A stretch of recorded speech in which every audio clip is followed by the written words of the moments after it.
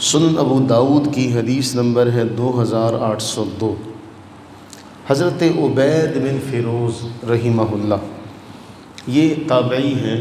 یہ کہتے ہیں کہ میں نے حضرت سیدنا برا بن عازب رضی اللہ تعالیٰ عنہ صحابی رسول صلی اللہ علیہ وسلم میں نے ان سے سوال کیا۔ اب ہمیں جو آج کی روایت ہے اس میں بہت ساری باتوں کا پتہ چلے گا۔ کہتے ہیں کہ میں نے حضرت برا رضی اللہ عنہ سے سوال کیا کہ کون سا جانور قربانی میں درست نہیں ہے، تو عبید بن فیروز کہتے ہیں کہ حضرت برا فرمانے لگے کہ رسول اللہ صلی اللہ علیہ وسلم ہمارے درمیان کھڑے ہوئے، اور اگلا جملہ کہتے ہیں کہ اللہ کے نبی علیہ السلام نے تو اپنی انگلیوں پر اشارے سے فرمایا تھا، پر میری انگلیاں آپ کی انگلیوں جیسی نہیں۔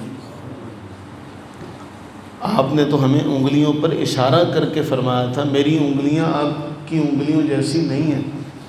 آپ ہمارے درمیان کھڑے ہوئے، آپ نے فرمایا 4 طرح کے جانور قربانی کے لائق نہیں ہیں۔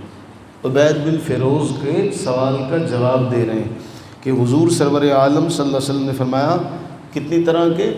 4 طرح کے جانور قربانی کے لائق نہیں۔ فرمایا پہلا وہ کانا جس کا کانا پن ظاہر ہو، کہ پتہ چلے کہ اس کی ایک آنکھ نہیں ہے، ایک آنکھ سے اس کی روشنی جو ہے وہ جا چکی ہے۔ دوسرا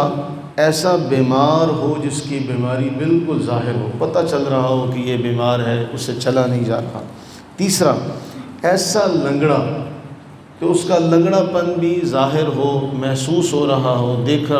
رہا ہو کہ یہ لنگڑا ہے اور اس کی چال میں وہ لنگڑا پن واضح ہے۔ چوتھا ایسا دبلا بوڑھا کمزور جانور جس کی ہڈیوں میں گودا نہ ہو۔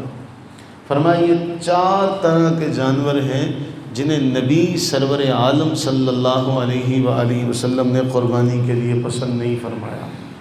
اب عبید بن فیروز کہتے ہیں انہوں نے حضرت برا سے کہا کہ مجھے تو وہ جانور بھی اچھا نہیں لگتا جس کے دانتوں میں تھوڑا بہت نقص ہو۔ تو حضرت برا کہنے لگے تیری کیا بات ہے، تیری کیا بات ہے، تجھے نہیں پسند تو اپنی ذات کے لیے اس کو رکھ، دوسروں کے اوپر اس کو لاگو نہیں کر سکتا۔ 2 بڑی اہم باتیں ہیں۔ ایک تو یہ کہ رسول اللہ صلی اللہ علیہ وسلم کے صحابہ کا ادب یہ ہے کہ رسول اللہ صلی اللہ علیہ وسلم نے ایک چیز اشارہ کر کے بتائی ہو تو اس طرح اشارہ بھی نہیں کرتے کہ میری انگلیاں آپ کی انگلیاں جیسے کیسے ہو سکتی کہ میں ایسے اشارہ کروں۔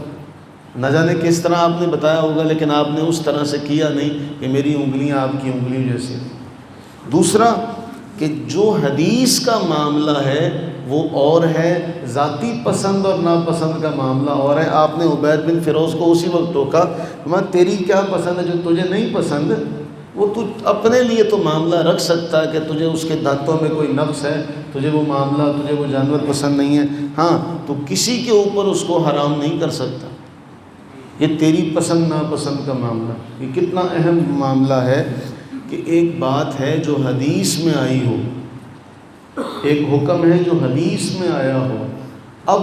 وہ معاملہ ماننا سب کے لیے ضروری ہے۔ دوسرا وہ ہے جو ہمارے اپنے کسی نے اپنے طور پر کہہ دیا ہو، کسی فقیہ نے کہا ہو، کسی عالم نے کہا ہو، تو اس کا کہنا اپنی جگہ پر ہوگا لیکن وہ سب کے اوپر لاگو نہیں کیا جا سکے گا۔ اسی کے ساتھ ایک اور روایت بھی بہت اہم ہے جسے امام ترمذی نے بھی، امام نسائی نے بھی اور دیگر ائمہ محدثین نے نقل کیا کہ رسول اللہ صلی اللہ علیہ وسلم نے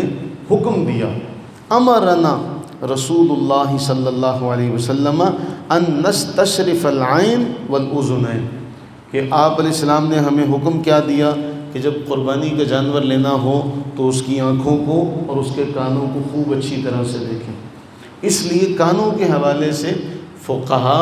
اور احادیث طیبہ ان کے اندر جب مماثلت قائم کرنے کی کوشش کی جائے، ان کے جو معاملات ہیں اس کو ایک کیا جائے، تو ایسا جانور جس کے کان کاٹے ہوئے ہوں یا اس میں چیرا دیا گیا ہو، تو ہمارے فقہا نے یہ فرمایا ہے کہ اگر تہائی سے کم ہو، اگر تہائی سے کم ہے تو پھر تو جائز ہے، یعنی تھوڑا بہت کان، جس طرح جانوروں میں رہتے ہیں تو ایک دوسرے کے کان کاٹ دیتے ہیں، کوئی 100 معاملات ہو جاتے ہیں، اگر وہ تہائی اس سے کم ہے تو پھر تو اس کی قربانی جائز ہے، لیکن اگر وہ تہائی سے زیادہ ہے تو پھر اس سے گریز کرنا چاہیے کہ حضور نے واضح طور پر فرمایا کہ اس کے کانوں کو اچھی طرح سے دیکھا جائے۔ اس لیے وہاں چھوٹ تو ہے کہ بھئی اتنا سا کان کٹا ہوا ہو تو جائز ہے، لیکن جب ہم لے ہی قربانی کے لیے رہے ہیں تو پھر ہمیں اس کو اچھی طرح سے دیکھنا چاہیے کہ نہیں اس میں کوئی عیب نہ ہو کہ ہم نے بارگاہ رب العزت میں سے پیش کر۔